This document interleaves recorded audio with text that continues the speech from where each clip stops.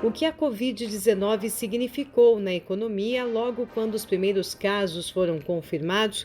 Qual foi a reação diante da constatação de que sim, o mundo enfrentava uma pandemia? O que mudou de março até este final de ano? Essas e outras perguntas são respondidas neste Recap Podcast. Nós conversamos com a economista e analista de macroeconomia da XP, Raquel de Sá. Olha, eu acho que muita coisa mudou ao longo do ano. No começo desse ano, quando a gente, enfim, quando a pandemia tornou-se realidade no mundo, né?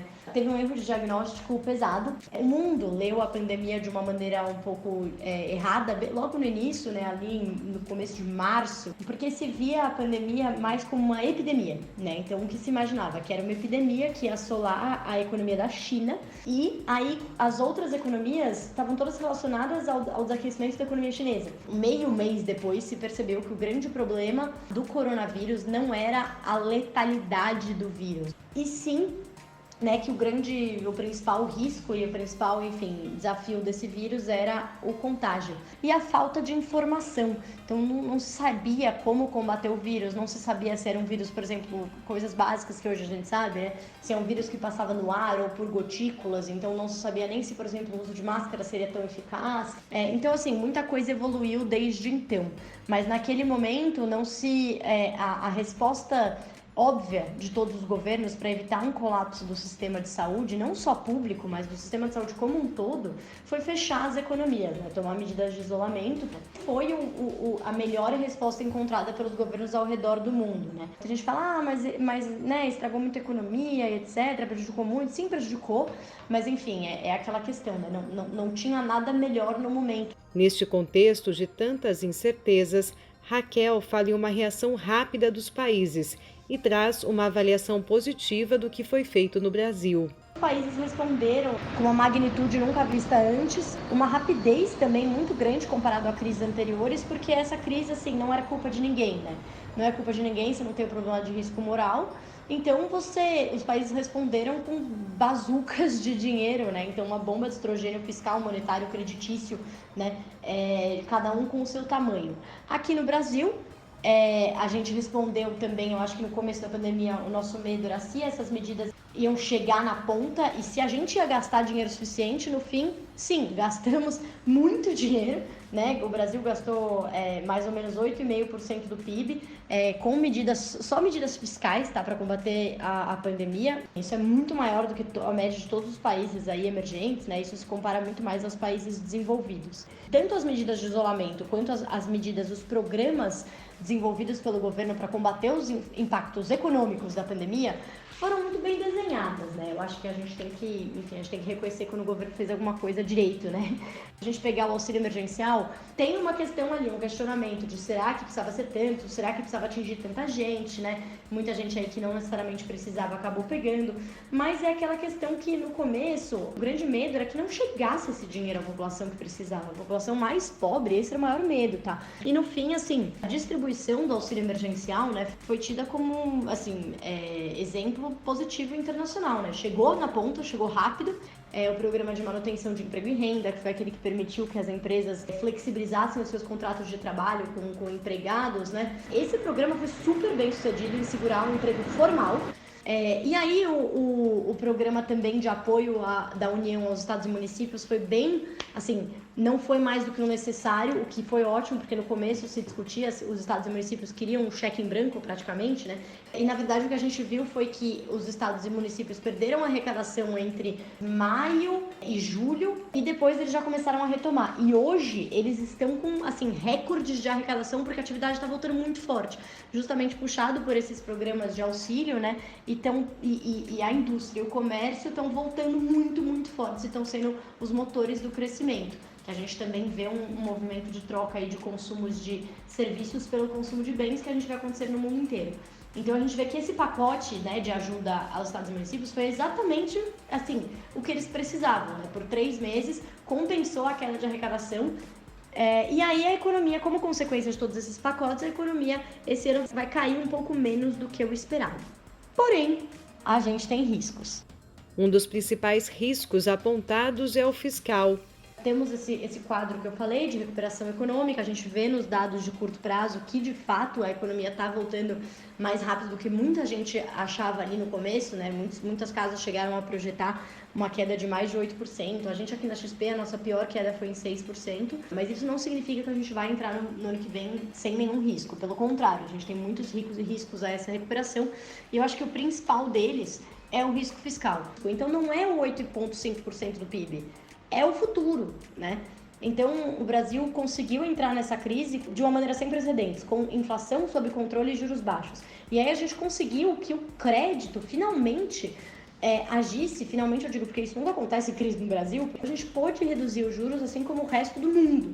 Só que aí o que acontece? Hoje, a gente vê um aumento na inflação corrente, que é normal, que está acontecendo no mundo todo, e aí a gente tem esse grande risco, né, que paira sobre a necessidade de financiamento e etc. Raquel de Sá também comenta a questão do desemprego no Brasil. Agora, a gente está vendo já que o mercado de trabalho vai a duras penas se recuperar, porque a taxa de desemprego ainda vai subir, porque tem muita gente que saiu do mercado de trabalho e está voltando, principalmente essas pessoas que estão hoje fazendo uso do auxílio emergencial ou aquelas pessoas que estavam em locais que não tinham, né, tudo fechado, enfim, aquelas oportunidades não existiam mais. E conforme essas pessoas voltem para a força de trabalho, o desemprego vai aumentar. Tem ainda um receio de que muita gente que fez acordos, né, via o BEM, que é o Programa de Manutenção de Emprego e Renda, acabem sendo demitidas no final, depois que esses acordos expirarem. Mas, de qualquer maneira, apesar da cautela, podia ter sido pior. Ainda vai chegar a um fundo do poço, né? Provavelmente é uma taxa aí maior que 15% olhando para o ano que vem, antes de começar a reduzir. Mas já estamos vendo uma recuperação gradual aí, quando você olha mais de perto nos dados. Para 2021, as expectativas. É uma expectativa, assim, construtiva para o ano que vem, para uma recuperação que deve vir puxada por uma troca de motores, que não vai ser mais puxada por indústria e varejo e deve ser puxada por retomada de serviços. Com a retomada da atividade e a gente trabalha aqui com uma premissa de vacina no primeiro trimestre e os serviços retomando e o serviço que ainda está sofrendo muito que passe e que representa a maior parte do PIB brasileiro e emprega mais trabalhadores, acabe sendo uns motores. Para a economia global, o mercado internacional, o cenário internacional está muito favorável para países emergentes como um todo. A eleição do Biden foi positiva para isso. Ele é um político mais previsível, ele é um político muito mais a favor do comércio internacional. Isso é positivo. Tanto países que fornecem insumos, que é o caso do Brasil. Então a gente está falando de comércio mais forte, a gente está falando de China mais forte, a gente está falando de Índia mais forte, que são países que compram os nossos insumos para exportar. Isso também pode favorecer o Brasil na tentativa de abrir o comércio, de entrar mais para as cadeias globais de valor. Além disso, a gente tem uma liquidez global extraordinária, né, 20 trilhões de dólares a mais no mundo, né, nesse ano. E essa liquidez, com a aversão ao risco arrefecendo com a chegada das vacinas, a gente vai ter essa liquidez procurando retornos, com os juros ainda muito baixos, voltando a estarem em patamares muito baixos e negativos no resto do mundo. Isso acaba favorecendo ativos com um pouco maior risco, que é o caso de países emergentes. Neste contexto de boas expectativas, uma grande aposta em torno das commodities. Há muitas indicações que a gente possa estar entrando num novo superciclo de commodities, tá? Se não um superciclo, porque eu não sou ali analista de agro para dizer com tanta certeza, mas um ciclo de bastante alta, tanto por demanda da China quanto de outros países asiáticos que estão caminhando para um nível de renda per capita alto o suficiente que puxam bastante commodities, tanto agrícolas quanto minerais. Então a gente está falando ali de outros países do Sudeste Asiático e da própria Índia. Essas análises podem mudar, mas para a economista da XP, não num cenário tão restritivo como no início da pandemia da Covid-19.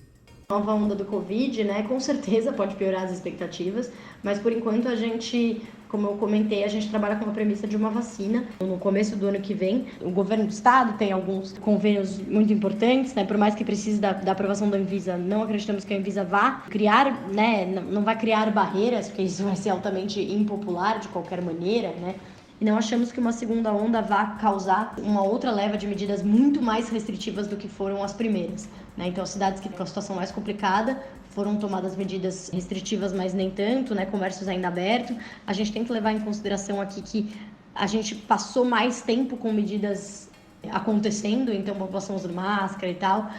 isso realmente contou a favor, né? E lógico, a gente não está no período de inverno, não estamos no período de gripe, que tudo isso, enfim, não se sabe exatamente porquê, mas também tem bastante influência, como a gente vê, enfim, observações empíricas aí em outros países desenvolvidos. O Recap Podcast, neste ano de 2020, trouxe diversas análises considerando a pandemia da Covid-19. Em 2021, continuaremos com as entrevistas e bate-papos sobre assuntos importantes para a sociedade, com olhar para o varejo e o setor de combustíveis.